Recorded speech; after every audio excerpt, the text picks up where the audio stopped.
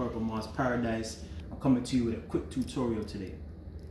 One of the number one questions that people ask me online is how to go about making pristine purple sea moss into a liquid. This is my preferred way of consuming it. After many years of consuming it, I find that it's more economical use of the seaweed, and we also have an opportunity to put it inside of a container like this that has a spout on the side of it, right? So you could dispense to yourself directly from the fridge, and you can leave the top open, right? So you don't have any microbes getting caught up in the top of it and causing your sea moss to spoil prematurely. We use a lot of sea moss in our house, so this is for the people who use it practically every day in their life in some form. Yeah? All right, so let's get going. First, we're gonna measure out our moss. You wanna get a good 4 ounces, right? As you can see on our scale. We've already went and washed, cleaned it, rehydrated. So now we're gonna go ahead and add this portion to the blender.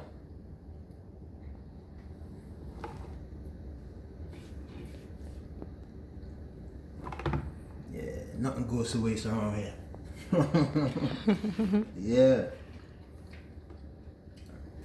All right.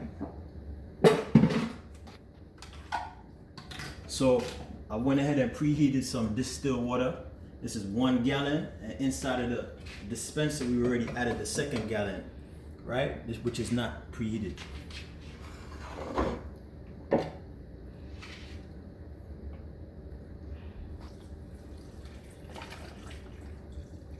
Yeah, that's it. Let's fill up the blender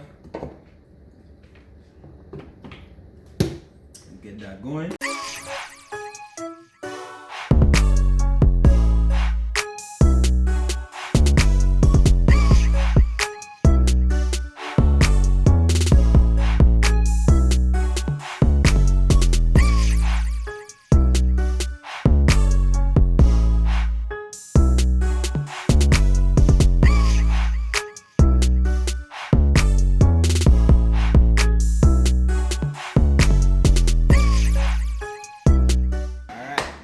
So this is done.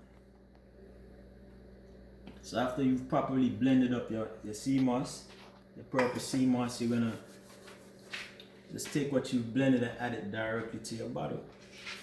Just like so. You have to remember, the minerals aren't going anywhere because you add more liquid. Yeah, you just have more liquid to disperse throughout your body. So we're gonna fill that up. And then we have a little bit more water to add.